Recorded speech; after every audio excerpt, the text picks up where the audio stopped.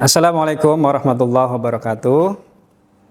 Alhamdulillahirabbil alamin wassalatu wassalamu ala asrofil anbiya'i wal mursalin wa ala alihi wa sahbihi ajmain. La haula wala quwata illa billahil aliyyil azim. Amma ba'du. Sahabat berlian dimanapun berada, alhamdulillah kita sudah memasuki pertengahan bulan suci Ramadan. Mudah-mudahan kita semua termasuk yang mendapatkan keutamaan di bulan suci Ramadan. Puasa merupakan ibadah yang istimewa karena puasa merupakan satu-satunya ibadah yang sifatnya rahasia. Kita bisa berpura-pura rajin sholat, kita bisa berpura-pura menjadi seorang yang dermawan, tetapi kita tidak bisa berpura-pura menjadi orang yang berpuasa. Karena penampakan antara orang yang berpuasa dengan yang tidak berpuasa sebenarnya sama saja. Maka Allah mengatakan bahwa untuk ibadah puasa ini aku sendiri yang akan memberikan pahalanya. Artinya orang yang berpuasa itu tidak membutuhkan validasi dari makhluk, tetapi langsung dari Allah Subhanahu wa Ta'ala.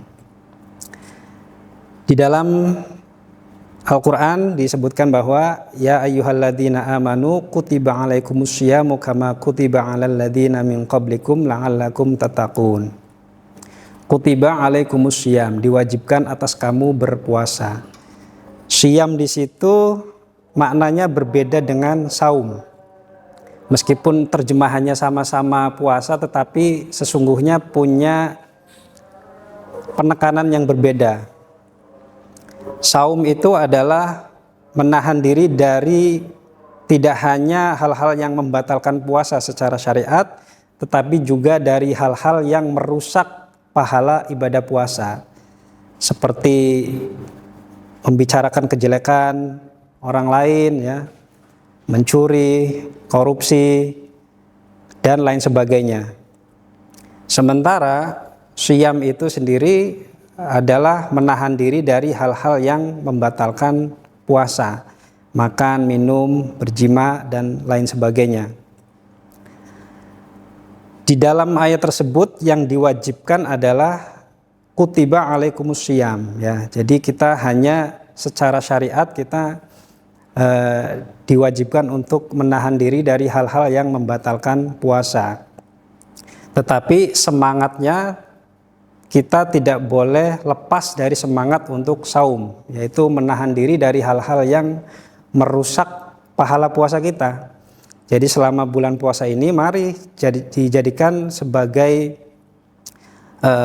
momen untuk melatih diri kita menjadi pribadi yang lebih baik, ya. Kalau dulu sikap kita masih kurang baik dengan keluarga, dengan kolega, teman kerja, maka di bulan puasa ini kita berlatih untuk memperbaiki hubungan dengan mereka-mereka ini. Nah, jadi bulan puasa ini adalah bulan yang cocok untuk kita berlatih menjadi pribadi yang lebih baik, menjalani aktivitas di bulan-bulan lain setelah bulan puasa. Nah, sahabat berlian dimanapun Anda berada, puasa itu sebagaimana yang disebutkan oleh Al-Ghazali, ya, ada 3 tingkatan, ya. Ada puasanya orang awam, puasanya kalangan khos, dan yang ketiga adalah khawasul khos. Jadi kalau kita hanya berpuasa sekedar menahan diri dari makan, minum, ya, itu masih puasanya orang awam. Ya, kita tidak ada bedanya kita dengan makhluk yang lain. Contohnya ular itu setelah makan itu ular bisa berpuasa dalam hitungan berbulan-bulan, ya. Jadi kita tidak ada bedanya kalau sekedar menjalani puasa hanya menahan lapar dan dahaga. Maka kita perlu naik ke level yang kedua, yaitu level khos, di mana puasa itu tidak hanya menahan diri dari lapar dan dahaga, tetapi juga dari segala sesuatu yang merusak pahala puasa.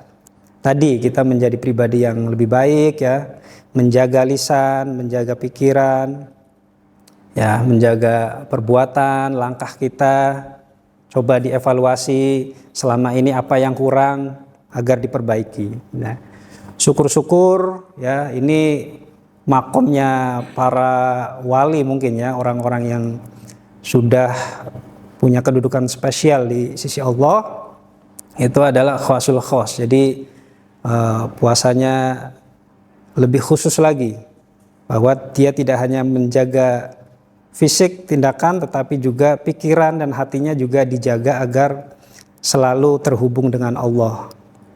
Ya, jadi tidak ada satu detik pun yang lupa dengan Allah. Setiap saat dia berzikir, dia selalu ingat kepada Allah. Nah, kemudian kaitannya ibadah puasa dengan aktivitas kita sebagai pelayan umat ya.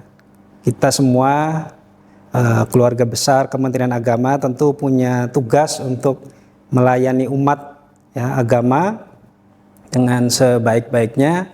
Maka ibadah puasa ini di bulan puasa ini harusnya bisa menjadi momentum ya untuk lebih baik lagi dalam memberikan pelayanan kepada umat.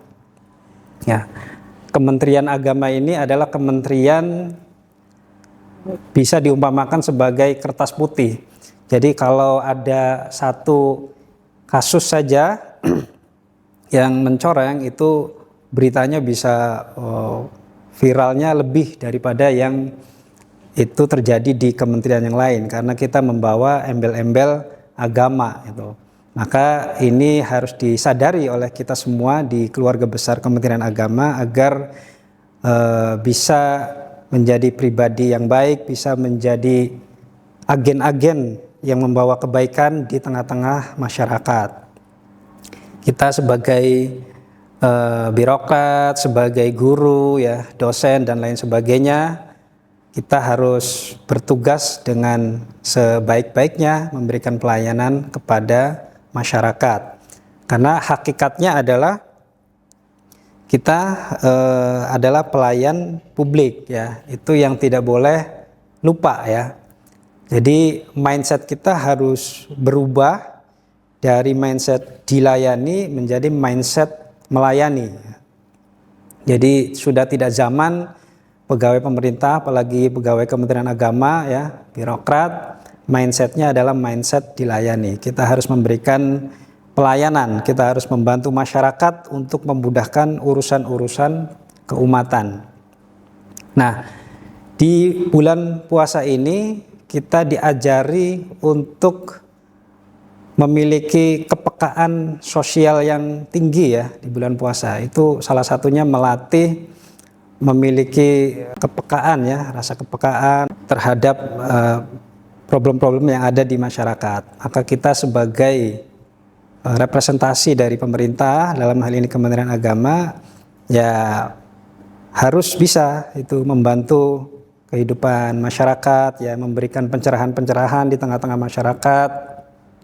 Kalau ada perselisihan di tengah-tengah masyarakat, maka kita harus bisa menjadi agen yang mendamaikan, menyejukkan ya di tengah-tengah masyarakat, sehingga keberadaan kita sebagai ASN Kementerian Agama itu benar-benar bisa dirasakan oleh masyarakat kita. Ya, puasa ini harus ya menjadi kawah candra di muka ya bagi kita untuk semakin berintegritas dalam menjalankan tugas dan fungsi dengan sebaik-baiknya. Harus memberikan pelayanan prima yang terbaik ya, menghindari praktik-praktik koruptif ya dalam berbagai bentuknya, pungli, gratifikasi dan lain sebagainya. Ya, mari kita melakukan perbaikan secara bersama-sama di momen bulan suci Ramadan ini. Insya Allah, jika kita bisa menjalani ibadah puasa ini tidak hanya dengan mencegah atau menghindari makan dan minum saja, tetapi bisa menghindari hal-hal yang mengurangi pahala puasa, ya maka kita bisa tergolong naik level pada puasanya orang-orang yang khos gitu ya. Syukur-syukur bisa naik lagi ke level khawasul khos. Saya kira demikian sedikit mauidhah ya, hasanah dari Al-Fakir. Mudah-mudahan ada manfaatnya. Allahul muwaffiq ila aqwamit thoriq. Wassalamualaikum warahmatullahi wabarakatuh.